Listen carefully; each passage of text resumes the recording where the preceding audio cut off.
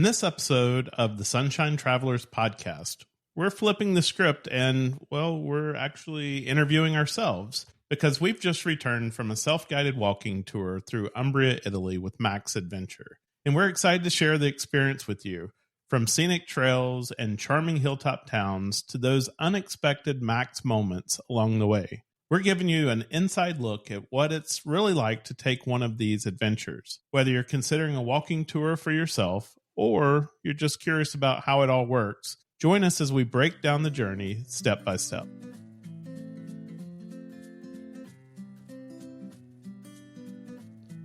We're Scott and Melissa, the Sunshine Travelers. We're all about exploring the world and sharing the journey with you, whether you're a seasoned traveler, dreaming of your next adventure, or just here for the stories. No matter where you are on your travel journey, we've got firsthand experiences, tips, and plenty of inspiration from some of the most amazing places on Earth. So buckle up and get ready to travel with us.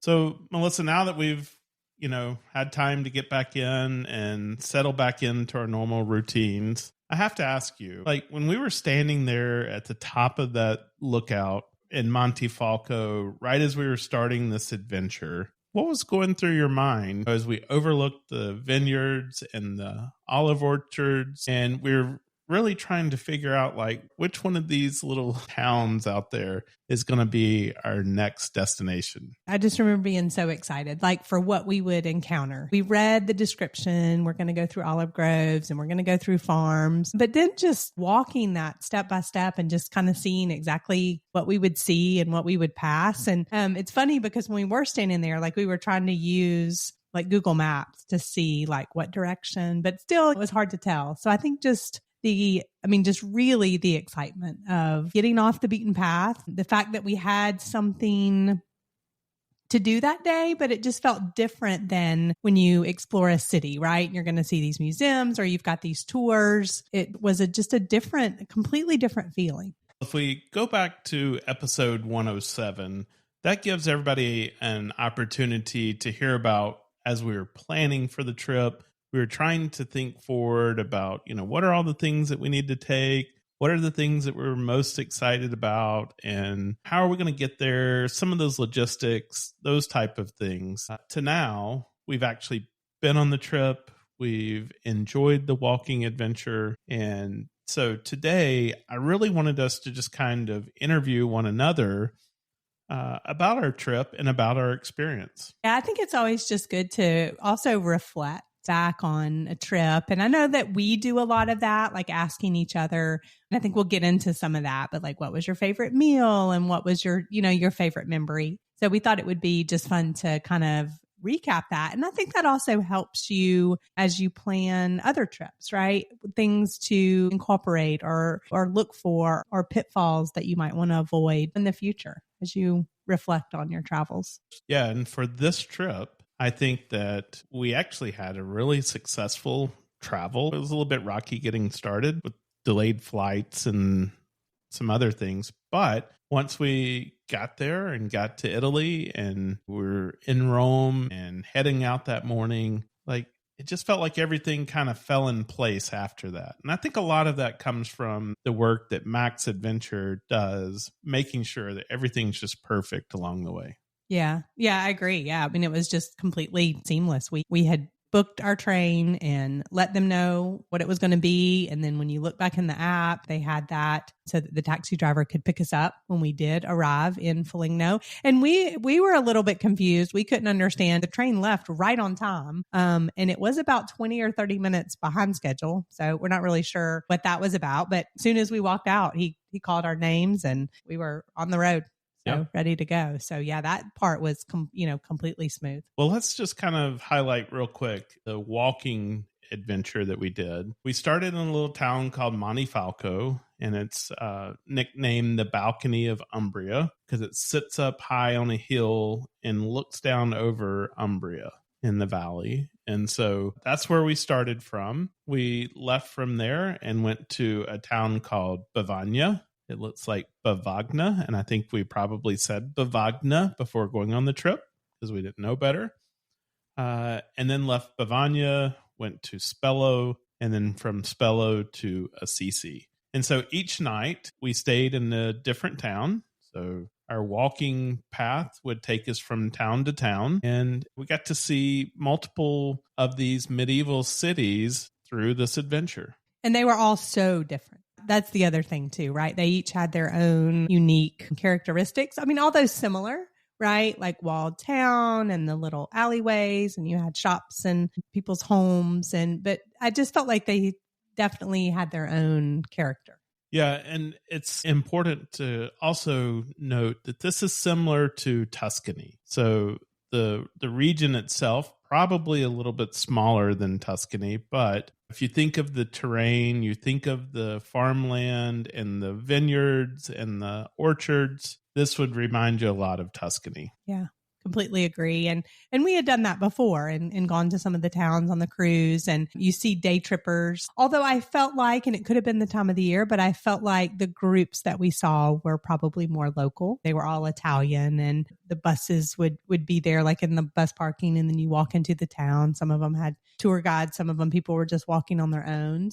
That's one of the things I liked about it, was also then spending the night in these towns, because you get a whole different feel than just going for a few hours, walking straight through, right, leaving, going to the next one. And we were talking about the other day is, where would people come from? It doesn't seem like they would come from cruise destination out there. Maybe they did. Maybe they were on a cruise and came in for the day to some of these little small towns. But you could come from Rome, definitely. Yeah, for sure. Like if you had like a tour, I think on the train, it was a couple of hours. So by the time we got out and about and had our breakfast and got our stuff packed, like some of these groups were already there. So if they had left Rome or some of those other surrounding larger towns that people could have stayed at, could already be there by 10 o'clock in the morning. We are beyond excited to invite you on an unforgettable adventure. Our next group trip is officially open for registration.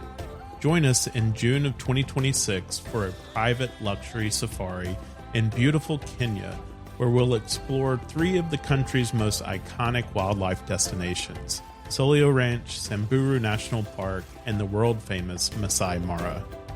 This isn't your average group tour. You'll be staying in incredible luxury tented camps, enjoying personalized experiences, and traveling with a small group of fellow explorers. We did the safari in 2024, and we knew immediately we had to come back and bring you with us. Spots are very limited and they're going fast, so make sure to sign up and get the full trip details at sunshinetravelers.com/safari group trip. Let's go find the big 5 together. Which section, Montefeltro, Bavagna, Spello, Assisi, was your favorite? Well, that's tough. What's so interesting is they were all so different. I would have to say, I don't know, probably to Assisi. I didn't mind. It was a little more strenuous. I liked that it was up above and you could really see out. And it also was very secluded as well. So we had the olive groves. We didn't really have vineyards there. It was mostly olive groves there, but you just really had such a perspective being up above, I think. What about you? Well, it was definitely a very strenuous part of the journey.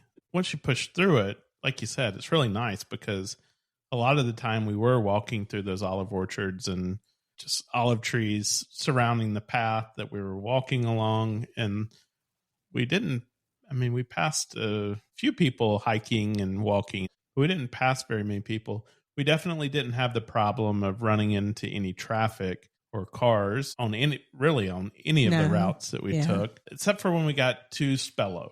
Like there was, we had to walk one little small area through like part of the town where people would live. But we were very secluded in a way when we were up there on the side of that mountain going to Assisi. Yeah. So was that your favorite, or would you say another day? I really enjoyed the first day, the Yeah. Monte down to Bavagne. And I too felt like each of the towns were very different. Spello and Assisi were a little bit more kind of on the side of the mountain a little bit. Bavagne was down in the valley.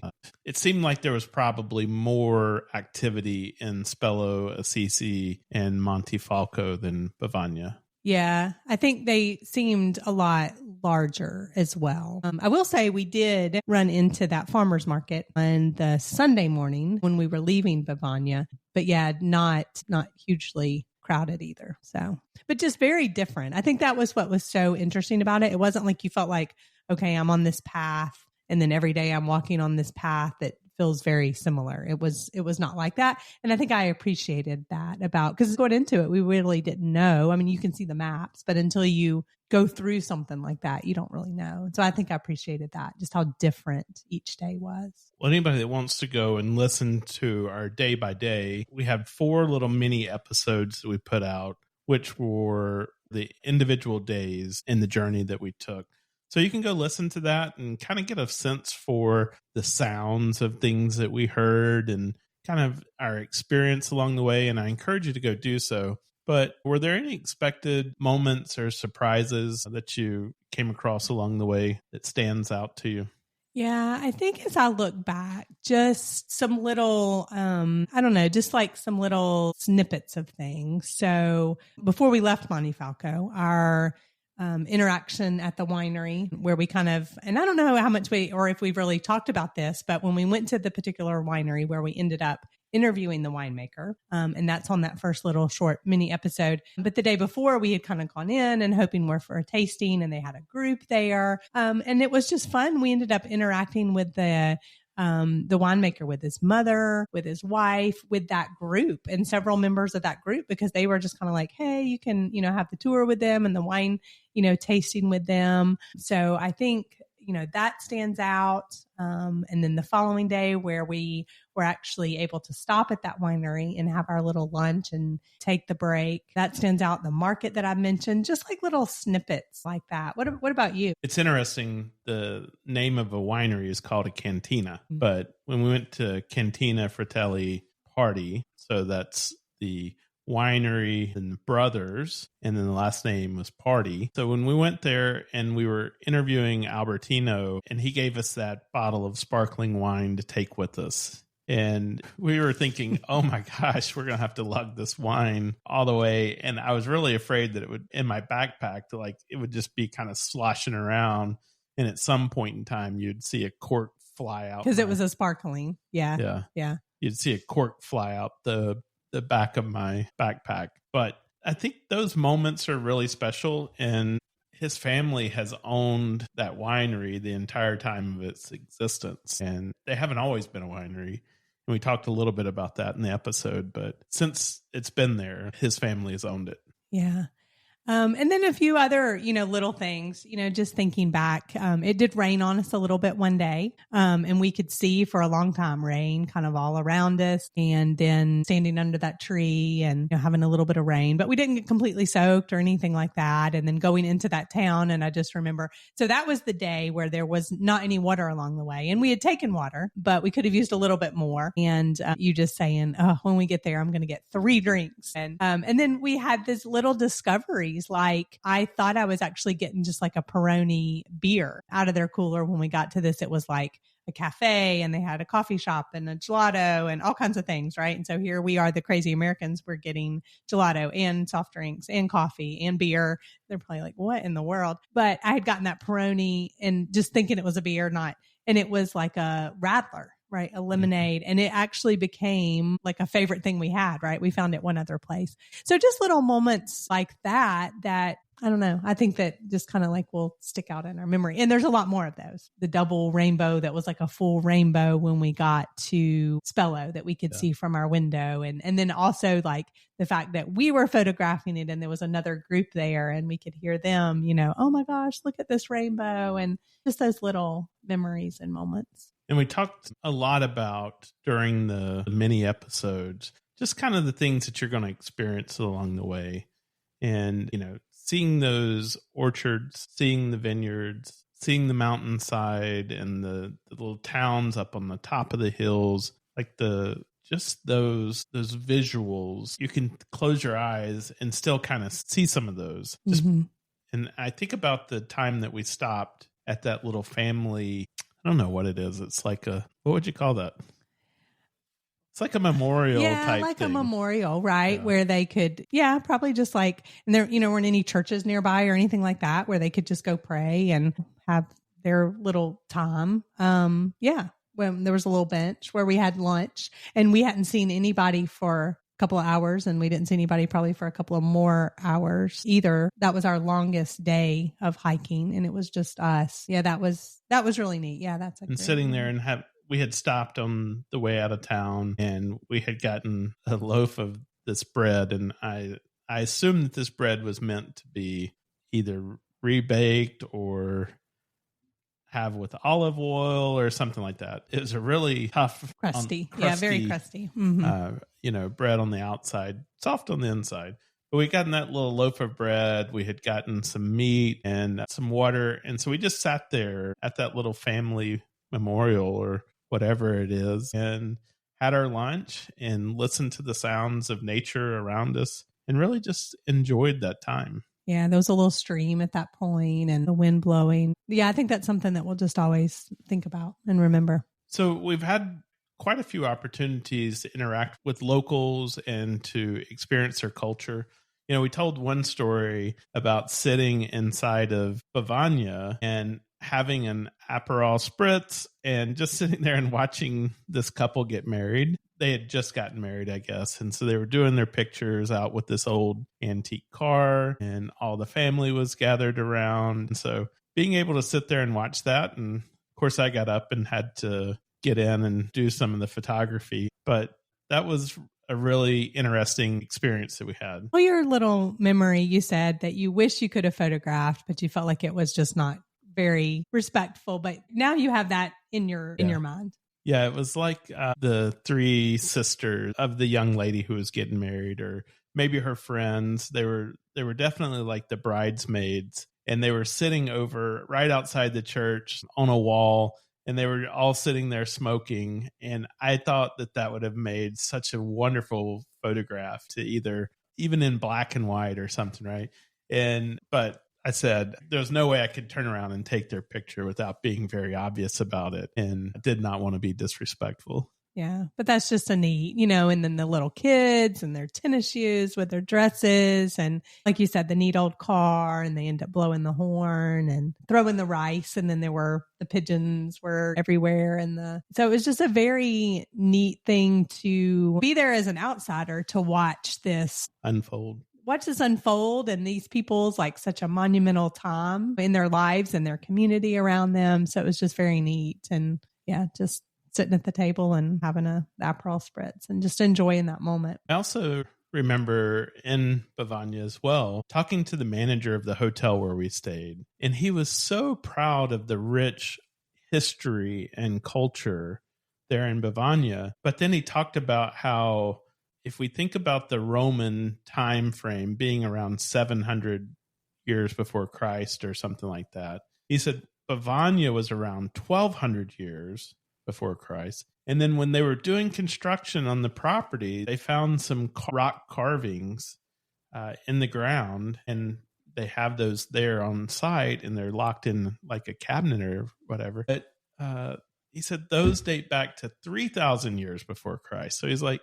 there's a mystery civilization that lived here in this area that we just don't even know anything about. He's like, we know about the Romans. He said, we know the history of Bavaria from the time that it was Bavaria, but yet 1,800 years before that, there were people here. And that's when they carved out that little piece of stone.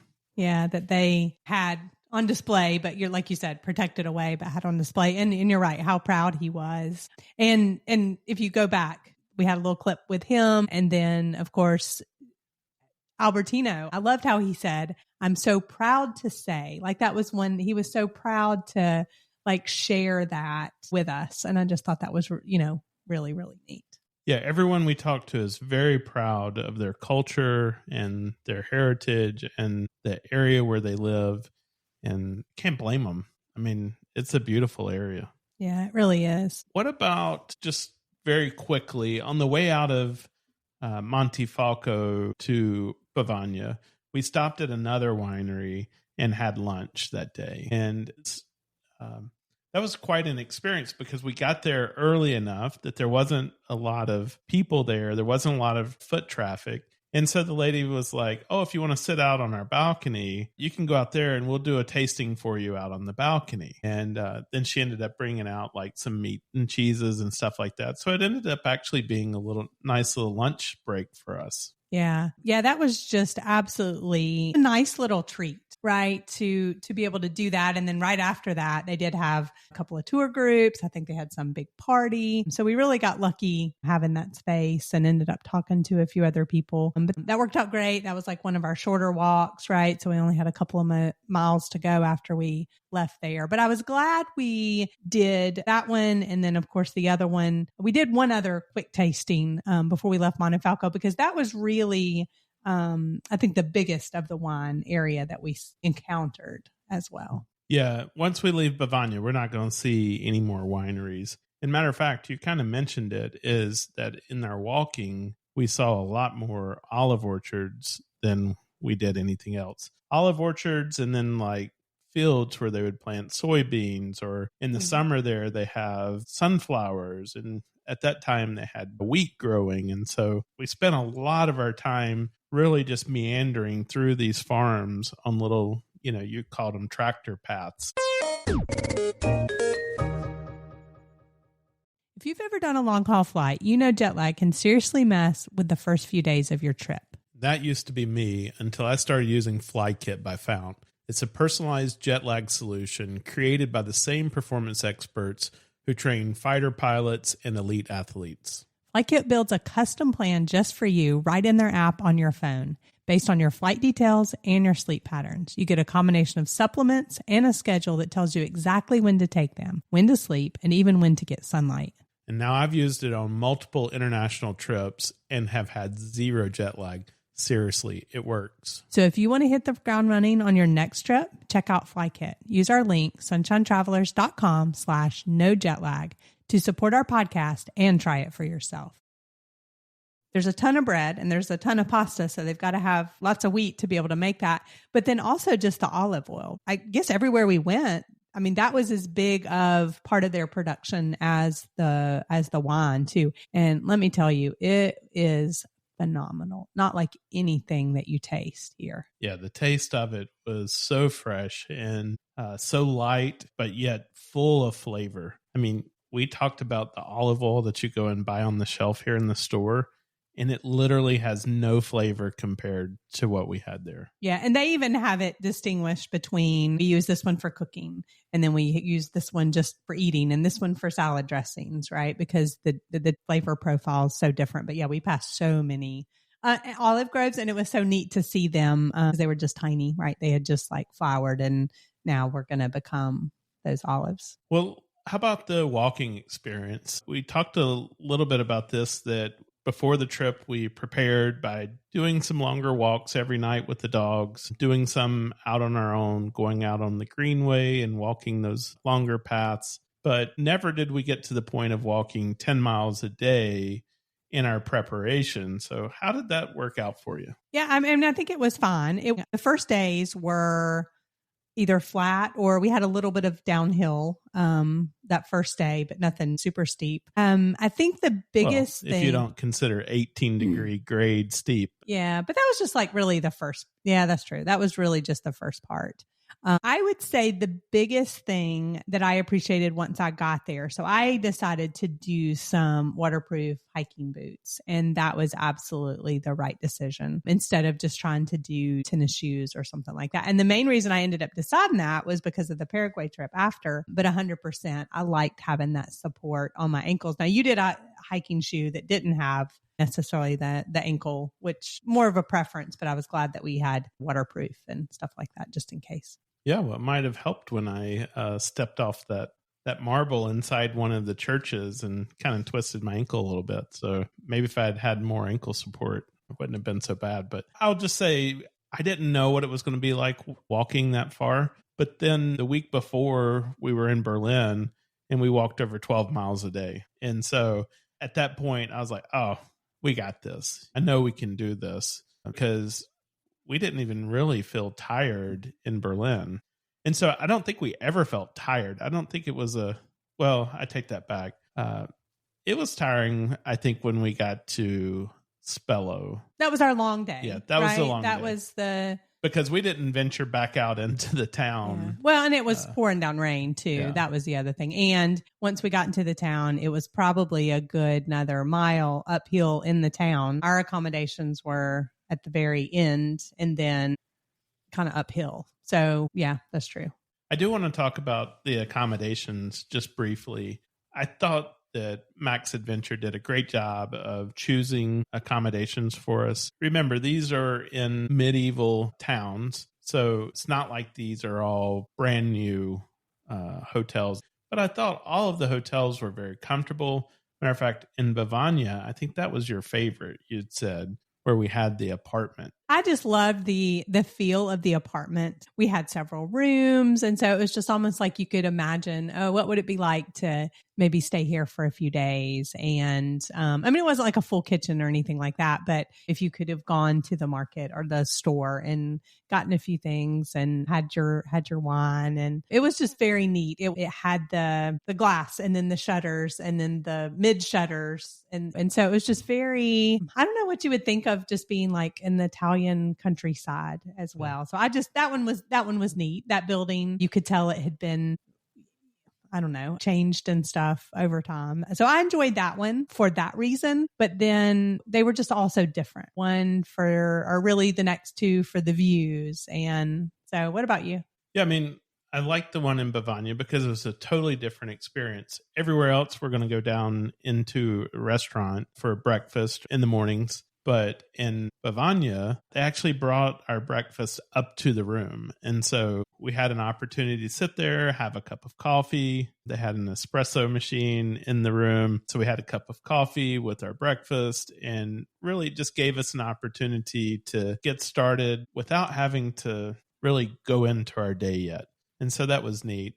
But the views from Spello and Assisi were just absolutely amazing because you're sitting up high and you're looking down over the valley or over the city itself. Like in Assisi, we were looking down over the town because we were, I don't know, a little ways up, but there was still a good part of Assisi that was down below us. And so we got to see those old rooftops and the town down in the valley below. So those were special views, I would say. Yeah. And then also we had the church view, and then you could see when they rang the bells, right? You literally could see the bells as well from our window. So I liked the variety as well. I think that just made it just neat. And then also like, okay, you're doing the walk, but then like, what are you going to discover as far as the room? And you also enjoyed in Spello, the room, we had the window, and then of course that looked out completely over like just the countryside beyond, but we had the rainbow and watching that storm kind of roll through. So I just think the differences just kind of made it part of the adventure as well. Yeah, I think so. One of the things that made it totally easy though was that each day MACS Adventure would send someone to come pick up our luggage, and they would move it from our hotel where we stayed the night before to the next place. And that was just so well done and so well orchestrated. You leave the hotel, you go off to do your walk, and then when you get to the next place, your luggage is already there waiting for you. So just a really great experience, and they did a fantastic job with that. Yeah. A couple of weeks before we left, we did get a little small envelope in the mail that had the 2 luggage tags in like a cork, right? That said MACS Adventure, and we put our information on there. And, that was great to like, we're doing the MACS Adventure and we have this, but then the last guy at the last hotel, like he was saying, they actually look for that. That was a little bit larger property. They look for that to kind of know, okay, these people are going to be, walking in, but yeah, every day it was right there. And, Yeah, that was absolutely great. And we just had our pack. So that was something else, talked about the walk and how it was different from how we had prepared, but we just had our day packs, but that was not anything. It was fun. We had our cameras, we had rain jacket, a few snacks and stuff like that, but that was fun to have those packs. But yeah, I think I would just say, if I was given a couple of tips, is keep those day packs as light as possible. I had a lot of camera gear, so that of course added some weight inside of there. And then you have a raincoat for just in case, and then you have a water bottle, and so all that stuff does start to add up. So definitely keep those day packs as light as you can. I know one day I felt like, like that pack was just really heavy, and so the next day I made sure to put more stuff that I went through and said, okay, have I used this? Nope. Okay, well, I'm going to put it into my luggage and send it on via the luggage that day, and then keep that pack just as light as possible. Anything else from a tips or tricks perspective that you would say? And I know every walk that they have is different, but I would say be prepared with enough food and water and snacks that you think you might need. And then if you find something along the way that you'd rather have, just do that. It was interesting because the last day we had plentiful water, right? And so from Spello to Assisi, there were fountains that came directly off the aqueduct. So fresh, very cold water that we could fill our water bottles up. And we did so often. Yeah. And then, like we said, the first day we had passed the winery. It was only 5 miles. So, I mean, obviously, if we hadn't passed anything, we could have even made it to Bavagne for lunch. But we passed that. And so we decided to stop. But the next day we were glad that we had the food. We weren't really sure. And it would have been out of our way to try to find a little town. So that's what I would say, is just be prepared with plenty. And then if you find something that you would rather stop and have, then certainly do that. And one of the things, and you went into a little bit more detail in the mini episodes, was the last day, our Spello to Assisi, we had gone and tried to find some kind of sandwich. And we probably could have asked like the hotel to, because they had the meat and the cheese, we probably said, hey, can we make a little sandwich or whatever? But we had not really explored because of the rain and we were tired. So we actually explored Spello a little bit before we went to Assisi. And so we went and tried to get a little sandwich, and it ended up, lost in translation, being just the focaccia. And I asked you after we got home, what was your favorite meal? And you said that because you said this is like eating a cold biscuit. It was because... So anybody that's not from the South and you don't know the joy of having a cold biscuit, leftover biscuit, that is just it's a childhood memory that I'll forever have. And so having that focaccia was like having a cold biscuit. Yeah. And so, because it wasn't one of the savory focaccias. No cheese, no herbs. No, it was just it tasted super buttery. Yeah. It really was that consistency. It's one of those things where it's okay, like, this is all we ended up with, but it became one of your favorite things, which I think is amazing. I mean, we had taken an apple and we had that focaccia bread, and we sat on a wall. Somebody had built a wall, and we sat there on that wall in the shade, and we had our bread and we ate our apple, and it was just so nice and pleasant because there's a little bit of a breeze blowing through the trees, and hearing the birds singing, and we could have probably sat there for hours just listening to that, reading a book or whatever, if we weren't in the middle of a walk to get there. Yeah. So I love that you were like, oh, that was my favorite thing, when it wasn't anything planned and it wasn't even really a full meal. So if you came across someone who is trying to decide whether or not this is for them, what would you recommend? What would you say to them? Like, do it. Just do it. If you enjoy off the beaten path, if you enjoy getting away from where everybody is, and that's fine, right? Because a lot of these, you might end up in a town at the beginning, at the end. If you just want something that is active, and so you still have kind of like a goal for that day, right? You're still getting up, you're still getting dressed, you're still like have something to do, but just in a completely different, I mean, it was very relaxing, wouldn't you say? Yeah, it was definitely relaxing. I'm not going to lie. You did wake up in the morning and you did the dance when you got out of bed. Some pretty sore feet, but after you stretched them for a little bit and got your shoes on and got dressed, it was no big deal to hit the road again. You had even asked me, you were like, so what would you say if I asked you, would you want to do another day? And the answer was yes. Yeah. And that's, I love that. And we did set an alarm, right? But it wasn't like super early. I think 8:15, something like that. Basically, the timeline that we were working off of every day was at 9:00. They were scheduled to come pick up the luggage. So you need to have your luggage ready to go by 9:00. But I mean, you're wanting to get up and get going. 9:00 didn't seem very early at all, especially when you would start hearing the church bells, or maybe you would hear the roosters crowing or whatever, because we would often sleep with the windows open because it was just such a nice, fresh air and felt great.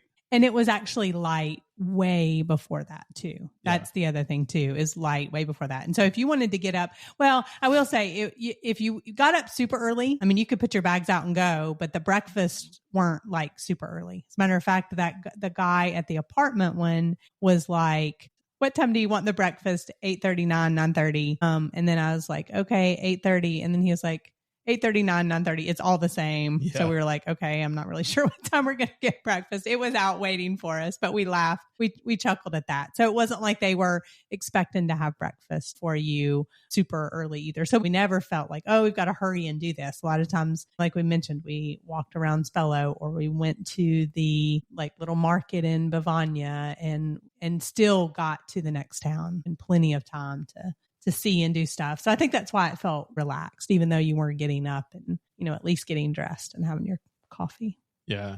And I want to take just a minute and call out MACS Adventure, because while we were in Bavania, we had taken a taxi to dinner one night, and there was some telltale signs, I guess, by the fact that they had tried to call the taxi driver and he's like, oh, I'm too busy. And so they had to call around and find someone else. And the hotel manager was doing this for us, by the way. He found somebody else, and the guy took us to dinner, and it was probably about 4 or 5 kilometers away on a kind of a hillside. So not a place that you would really want to walk to or be walking back from at night. And we had a wonderful dinner, and I had found this Michelin star rated hotel or restaurant.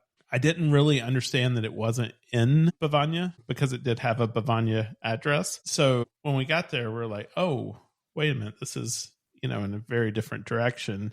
And then we tried to get a ride back, and the guy that everybody knew, Elaine, right? Elaine wasn't answering his phone, the taxi driver. And we were like asking him, hey, is there anybody else? They're like, no, he's the only taxi driver. And we're like, oh no, this is not good. And so we started asking around.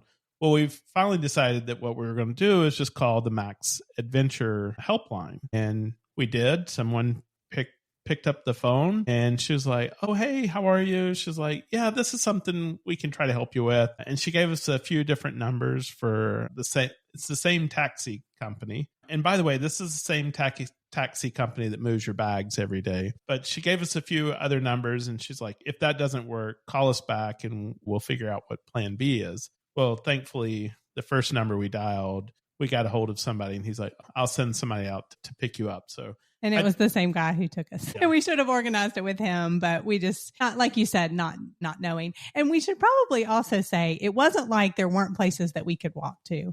We just had found this place, and then you made a reservation. We were kind of excited about it. We're like, oh, this will work out. And it did.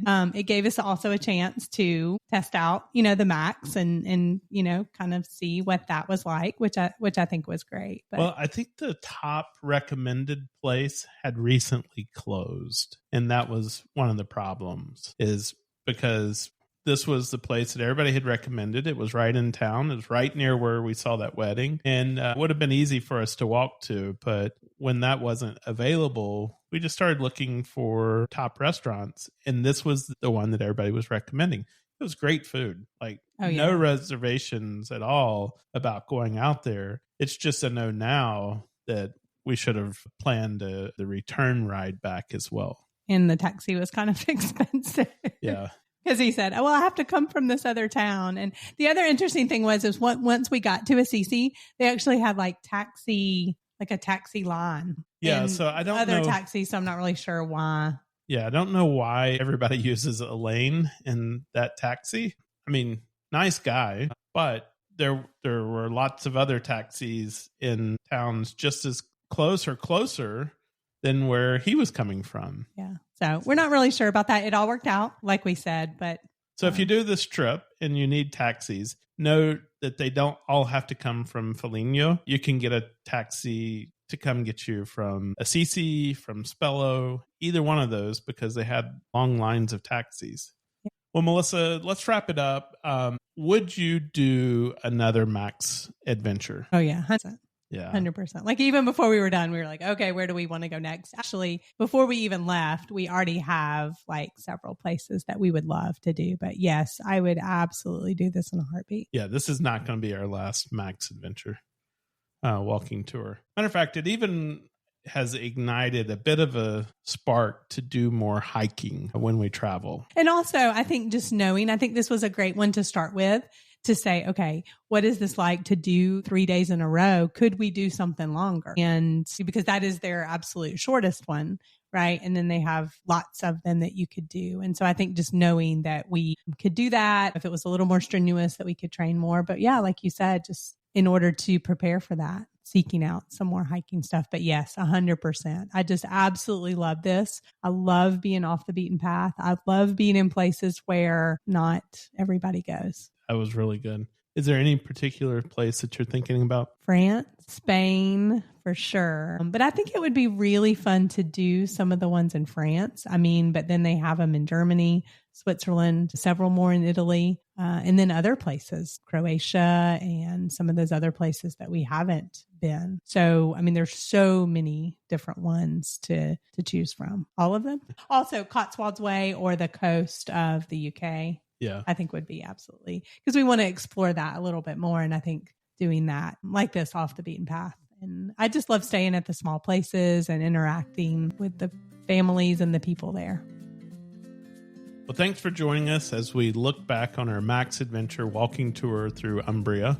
This trip gave us the chance to slow down, connect with the landscape, and experience Italy in a totally different way. If you've ever thought about doing a self-guided walking tour, we hope this episode gave you a clearer picture of what to expect and maybe even inspired your next adventure. As always, you can find more travel tips, stories, and destinations at sunshinetravelers.com. And until next time, the world is full of sunshine and surprises. Make 2025 the year that you explore beyond the familiar.